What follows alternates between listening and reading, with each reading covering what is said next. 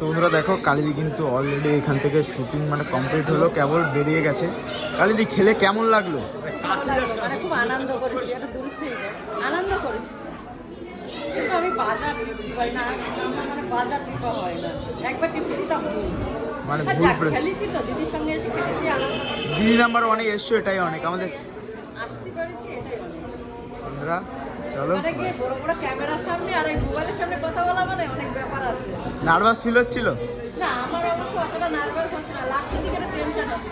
কি হবে কি হবে? না, ওটা ফার্স্ট সেকেন্ড আমি ভাবিনি, ফার্স্ট হবে এটা আমিও ভাবিনি, নিজেকে একটু করে নার্ভাস।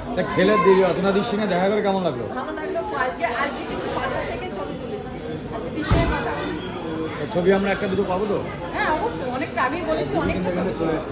আমি চলে গেল। সুন্দর ওই যে রচনা দিদি কিন্তু বেরিয়ে গেল। ভালো কাটা দিল। টাটা।